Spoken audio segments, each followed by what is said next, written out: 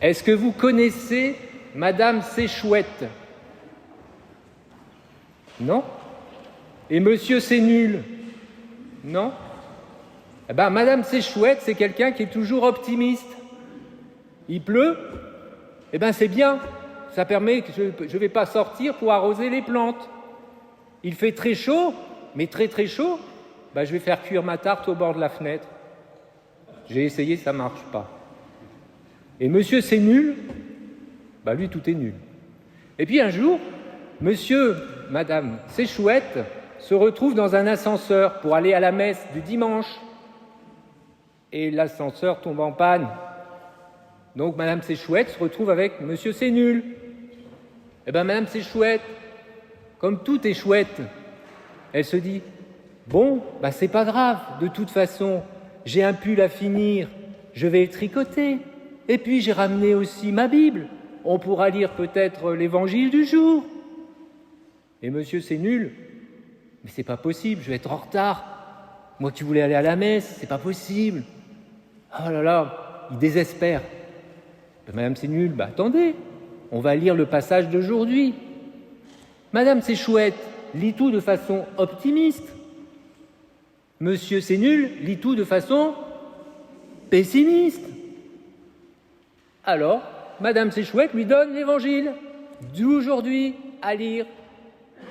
Et alors là, Monsieur Pessimiste, y va. Monsieur C'est Nul, il y va d'un grand coup. Mais qu'est-ce que c'est que cette histoire? Jésus, on lui crie, on lui demande quelque chose, il se retourne même pas.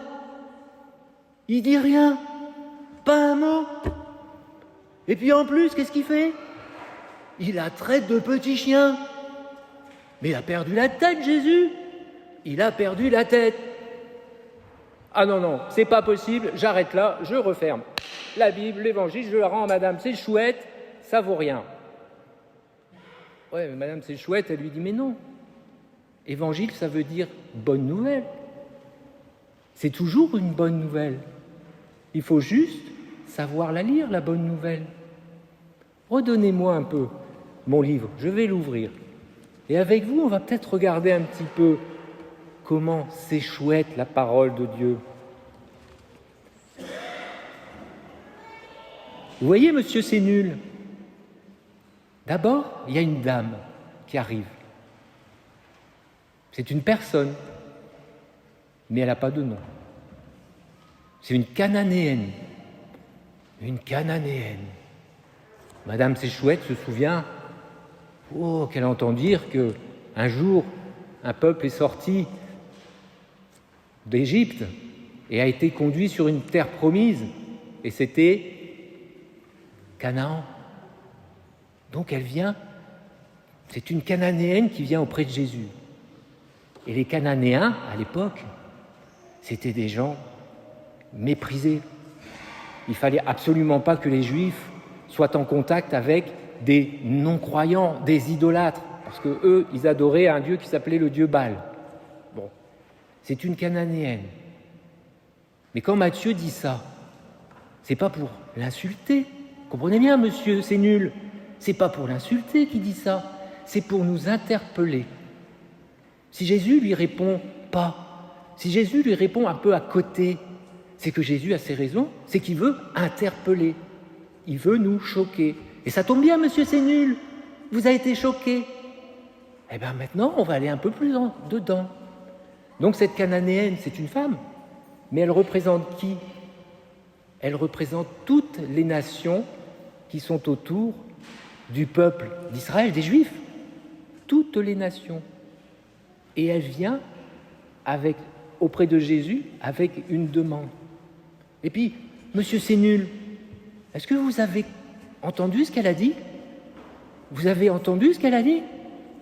Je vais vous le reprendre. « Prends pitié de moi, Seigneur, fils de David. » Hein? Un petit chien, une païenne, qui dit « Prends pitié de moi, Seigneur, fils de David. » Vous l'aurez tout de suite reconnu. On trouve ça où? C'est une parole. C'est des paroles qu'on voit dans les psaumes. Et plusieurs psaumes disent ça. Et entre parenthèses, « Prends pitié de moi. » Comment ça se dit en grec? Kyrie eleison. Vous voyez, monsieur, c'est nul. Cette femme, elle a quelque chose en elle qui la pousse à aller voir Jésus. On dirait quand même qu'elle a la foi, parce qu'en plus, elle l'appelle Seigneur, fils de David. À l'époque, je ne pense pas qu'il y a beaucoup de ses contemporains qui l'auraient appelé fils de David. Et là, c'est une étrangère qui le dit. Vous voyez, monsieur, c'est nul. C'est quand même chouette de voir quelqu'un qui n'est pas croyant, qui a reçu dans son cœur des paroles et qui les prononce, mais qui les a comprises. Elle a une demande.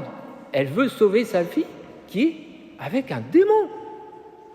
Elle sait que elle, toute seule, elle ne pourra pas le faire et qu'elle a besoin de l'aide de quelqu'un.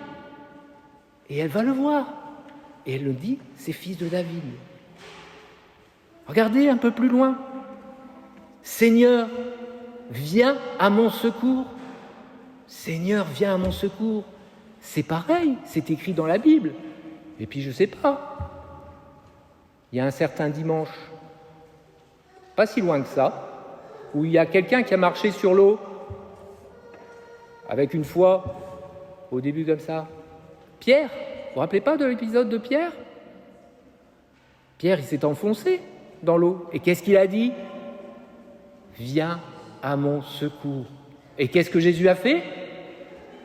Il a repris la main dans un mouvement que le Père Pierre, et je le reprends parce qu'il a dit mieux que moi, dans un mouvement de résurrection. Et regardez, monsieur, c'est nul. Elle est prosternée devant Jésus. C'est-à-dire qu'elle se met en bas du regard de Jésus. Et Jésus voit cette foi et il rentre en dialogue avec elle. Seigneur, viens à mon secours. Monsieur, c'est nul, c'est quand même bien des signes de foi. Mais Jésus veut aller plus loin dans notre foi. Il veut qu'on soit sûr de notre foi, de ce que l'on veut, de ce que l'on a au fond de nous, dans un dialogue. Et il rentre en dialogue, monsieur, c'est nul. Regardez. Évidemment, il l'interpelle, ça peut nous choquer. Il n'est pas bien de prendre le pain des enfants et de le jeter aux petits chiens. Mais de prendre le pain des enfants, c'est affectif. Enfin, moi, je le vois comme quelque chose d'affectif. Les enfants de Dieu. Juste avant ce passage, Jésus, il s'est battu avec des pharisiens sur le sujet de la pureté et de l'impureté. Il avait besoin peut-être de respirer et d'entendre quelque chose qui venait plutôt de l'extérieur. Et voilà qu'arrive la Cananéenne pour l'interpeller aussi. Parce que Jésus, ici, se laisse aussi interpeller par quelqu'un qui découvre sa foi. Il n'est pas bon de prendre les pains des enfants. Un enfant, qu'est-ce qu'il a besoin? De grandir. Il a besoin qu'on lui donne quelque chose. Il a besoin d'amour. Il a besoin d'une parole qui le fasse grandir. Et Jésus, dans Matthieu, il est envoyé au peuple élu, les Juifs, pour que les Juifs continuent leur chemin. Et que Jésus étant là, tout s'ouvre à l'universalité, c'est-à-dire au monde, que la parole se diffuse dans le monde et qu'il soit reconnu vraiment comme fils de Dieu. Viens à mon secours. Elle ne peut le faire. Elle sait que lui le peut. Elle ne peut rien. Comme Pierre qui s'enfonçait dans l'eau, elle a besoin d'un mouvement de résurrection. Et le jeter au petit chien, c'est Matthieu qui insiste, encore une fois, je vous le dis, il insiste sur le fait que les chiens, à l'époque, c'était des païens. Mais on dit petit chien. Petit chien.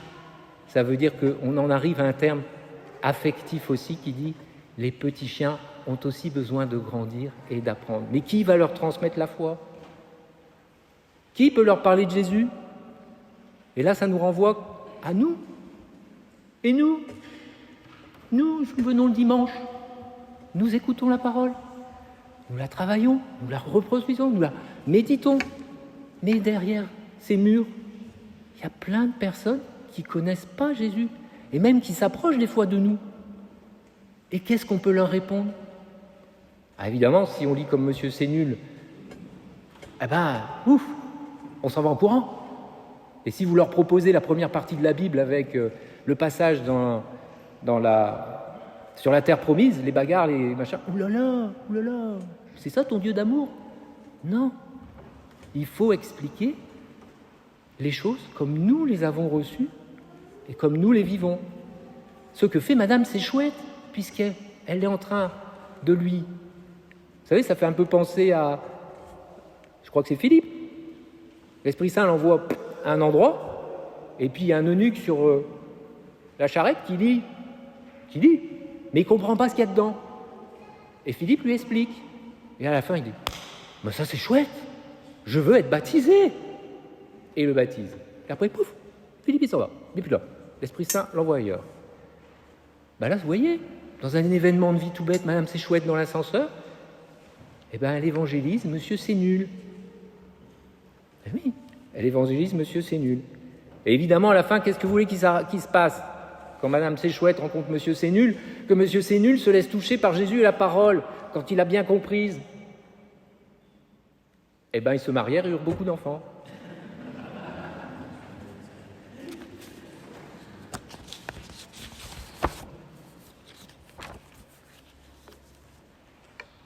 Donc vous voyez, il y a deux façons de lire cet évangile. Soit la façon pessimiste, ça c'est nul, ou la façon optimiste, ça c'est chouette. Et le ça c'est chouette, vous en goûtez tous les dimanches.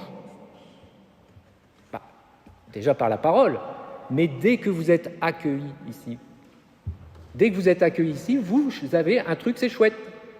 Je reçois une parole pour moi, c'est chouette. Bon, des fois, elle me dit, mais qu'est-ce qu'il veut dire? C'est pas grave, ça nous invite à ouvrir la Bible. Là où le Père Pierre dit qu'elle est dans un coin plein de poussière. Retournez dans le texte et voyez cette merveille. C'est une parole pour vous. Dieu vous donne une parole dès l'entrée. Et après, il ne cesse de vous nourrir jusqu'à l'autel pour recevoir le pain. Et même ça, c'est chouette. Elle le sait. Elle sait qu'elle reçoit le pain. L'accueil, je reconnais mes fautes, mais progressivement, j'approche de l'autel pour recevoir le pain. Le pain, il est écrit. Elle s'approche du Maître, Jésus, le pain. Et nous recevons le pain. Et ceux qui ne reçoivent pas le pain, ils reçoivent quand même. Ils reçoivent quand même une nourriture. Et ça, c'est chouette. Jésus, il se donne à tout le monde. Et ça, c'est chouette. Là, la Cananéenne, dans sa foi, elle nous donne une leçon d'humilité dans la façon dont elle répond à Jésus.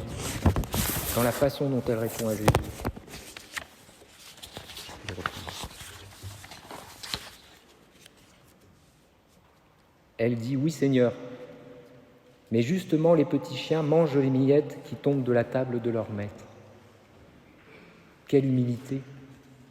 Elle accepte de recevoir des petits bouts de parole, des petits bouts de pain qui va nourrir sa foi et qui va la faire grandir. Et là, Jésus, avec son cœur d'homme, il dit « Waouh !» La réponse « Grande est ta foi !» Grande est ta foi, et l'instant même, sa fille fut guérie. Monsieur C'est nul, il n'a pas été jusqu'au bout, il n'a pas lu la fin de ce passage d'évangile. Il n'a pas lu. Donc il ne pouvait pas savoir qu'après, c'est bizarre, pourquoi il a fait ça? Et ça l'aurait aidé à réfléchir. Mais il y a eu de la chance.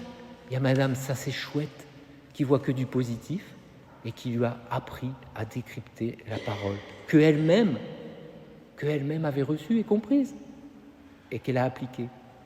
Parce que je vous signale, les disciples, Jésus aussi les interpelle dans cet évangile. C'est vous qui allez être envoyés en mission. Et quand on vous dit « Prends pitié, viens à mon secours », vous ne reconnaissez pas la parole, vous ne reconnaissez pas les psaumes. Pas terrible, hein? Mais Jésus savait une chose. Et on a lu Paul. Jésus savait une chose. C'est qu'il n'allait pas laisser le monde sans envoyer des disciples pour annoncer la bonne nouvelle. Et Paul, c'est Christ ressuscité qu'il a vu sur le chemin de Damas. Amen ou pas amen? C'est Christ ressuscité qu'il a vu sur le chemin de Damas. Amen ou pas amen? Amen. Alors, et après il est devenu l'apôtre des nations.